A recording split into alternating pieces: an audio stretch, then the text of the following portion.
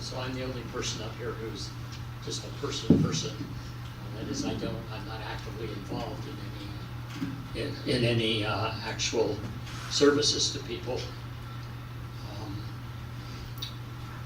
But I'm a college professor, so anytime I'm given a reason to talk, I do.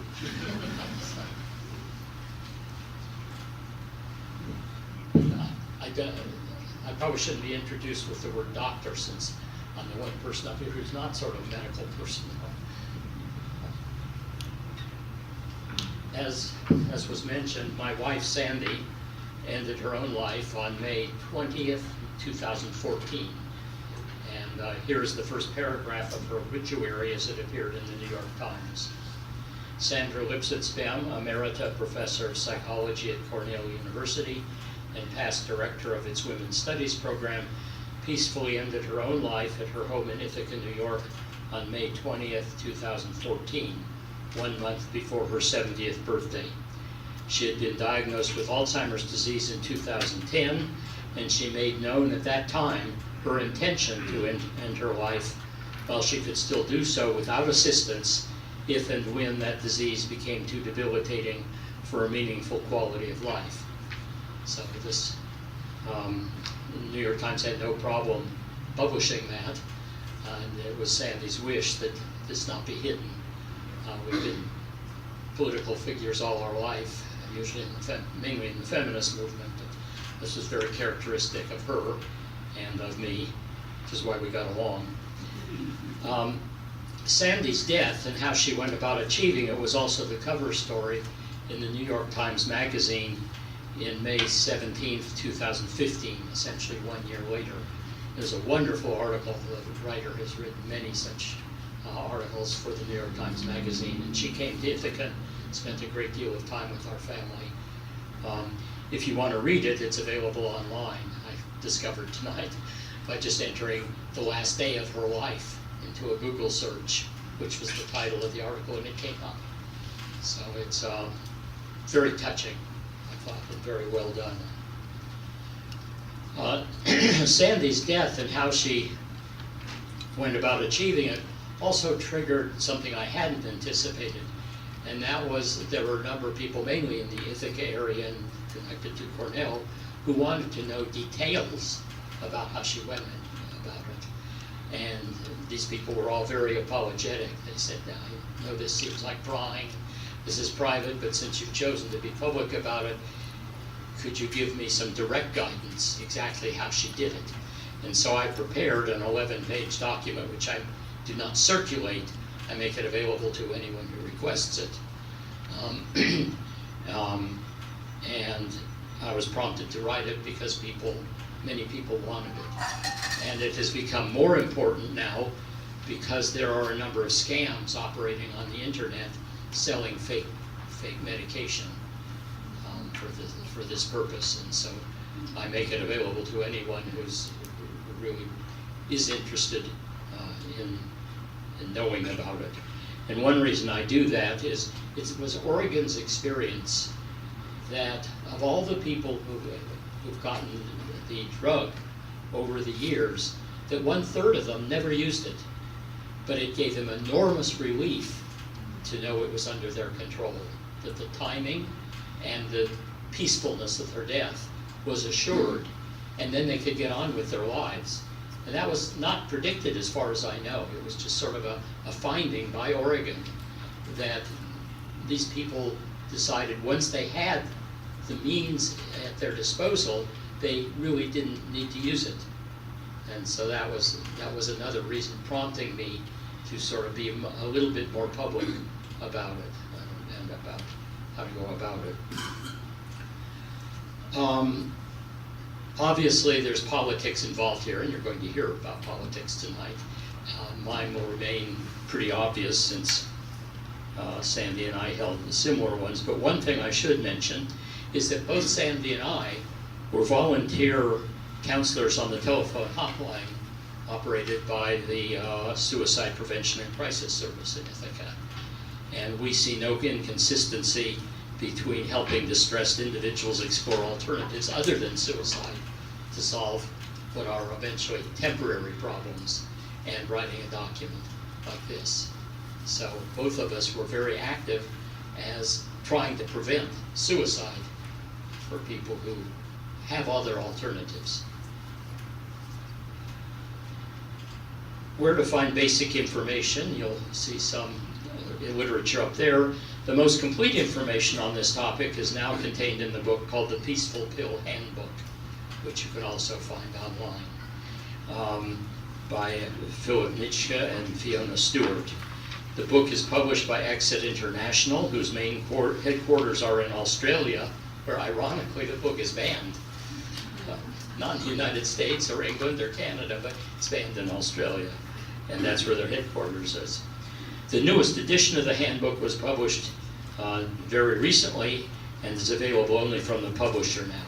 You can go on to Amazon, but I think they're selling an older version, which is confusingly titled with a date that doesn't even match the date in which it was published. So you should probably go directly to the people in Australia. They have an American office, I think, in Seattle. What is the publishing date? The published date? The latest. The latest one? I think it was just a month ago. They always make the most recent one available. The reason I'm hesitant about that is I subscribe to their regular series and get it in software. And so every month I get updates on things. And part of the reason for that is getting the drug illegally is fraught with lots of problems. And they keep a track of people who are reliable and tell you about the latest scams. So taking your own life is not illegal anywhere in the United States. Assisting someone to take their life is illegal almost everywhere.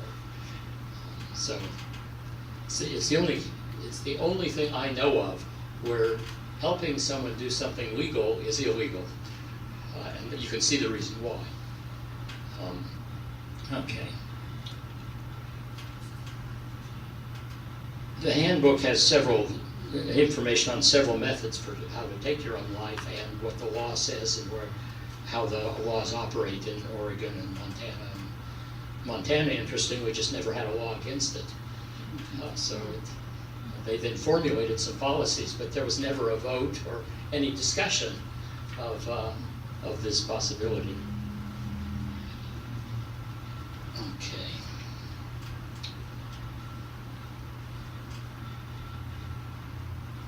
Sandy wrote a note in 2013, which was a year before she had made this decision. And she wrote this note because she didn't want anyone else to be legally liable. So she took a number of steps to protect me and also her friends and our children from being involved in it. And so she wrote a note which was present at her bedstand when she took her own life, along with many other things. But she wrote the note, "About 4 years ago I was diagnosed with Alzheimer's disease. Since that time I have been on Aricept and Namenda and have participated in off-label experimental treatments with Dr. Gayatri Devi at the New York Memory and Healthing Agent Services in New York City." So these were not illegal. These were off-label treatments for dementia. And it's unclear whether they do anything. Namenda and Aricept are available through any physician. And it's not clear that they are effective, really. She said, "I have also declared my intention to end my own life if and when the disease becomes sufficiently debilitating to make my life no longer worth living, but while I still possess the capacity to do so without enlisting the assistance of anyone else. My family and close friends are all aware of my intentions. I have also informed my Ithaca physician," we've deleted the name here, "and my attorney," also deleted that name, "of my intentions. To protect them, however, I have not sought their advice or their assistance in implementing this plan. I have now independently acquired a sufficient quantity of the liquid pentobarbital, also known as Nembutal, from a foreign country to end my life when I decide that the time has come. When it does, I will add that day's date and perhaps other thoughts to this formal note as well." So that was prepared a year beforehand. And then that night when she took her life, she wrote, "The time has come then, my wife, I love you, Daryl, Sandra." So that was what she did then. And that was all, so when the police showed up, everyone would be protected. And actually the Ithaca police were actually quite civil. It only takes one police officer, and there were 5 of them showed up at the door. And when I called 911 and said, "We don't need lights and sirens," well, there were no sirens, but there were red lights outside. And other people in Ithaca who have taken their life, their family report to me that the Ithaca City Police might have been quite nice, but not all the surrounding areas provided the same politeness to it. So you have to be prepared, if you're a survivor, to answer a lot of questions. Okay.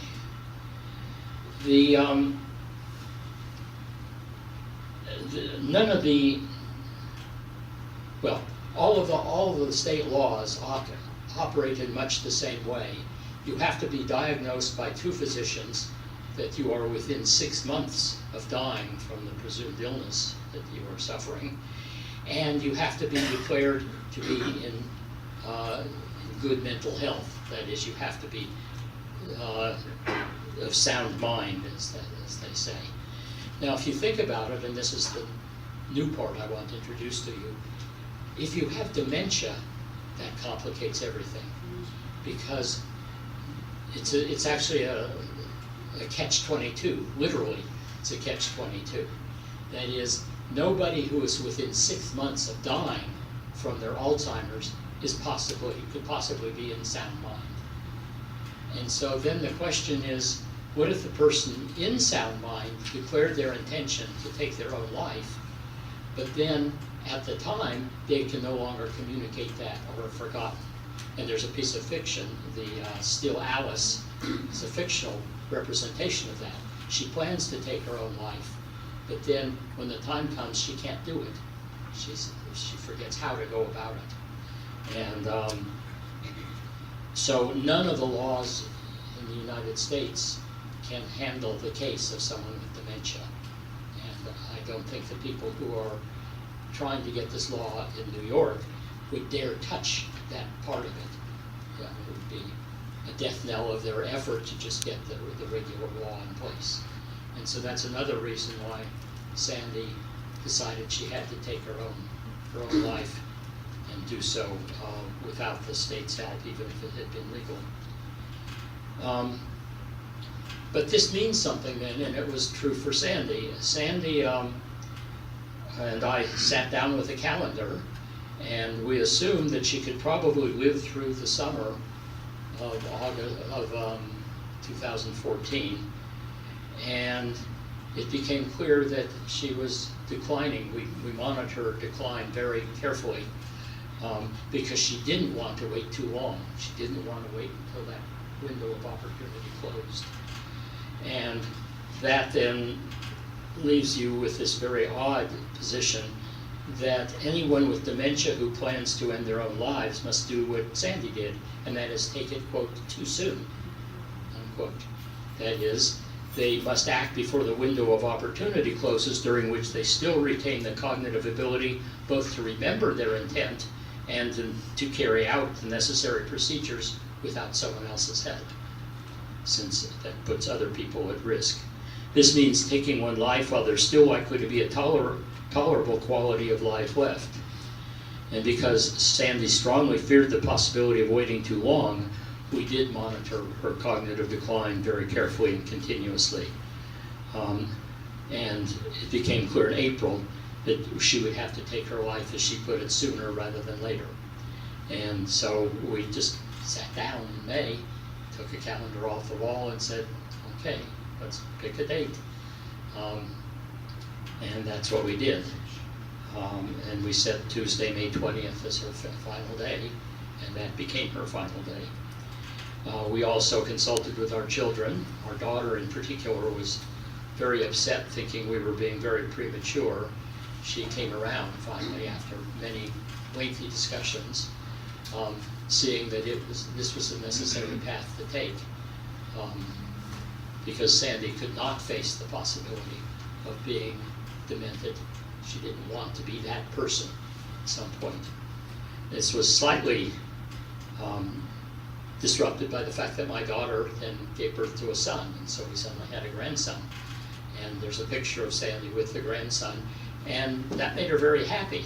And then the question is, well, is that happiness worth it? And she decided no.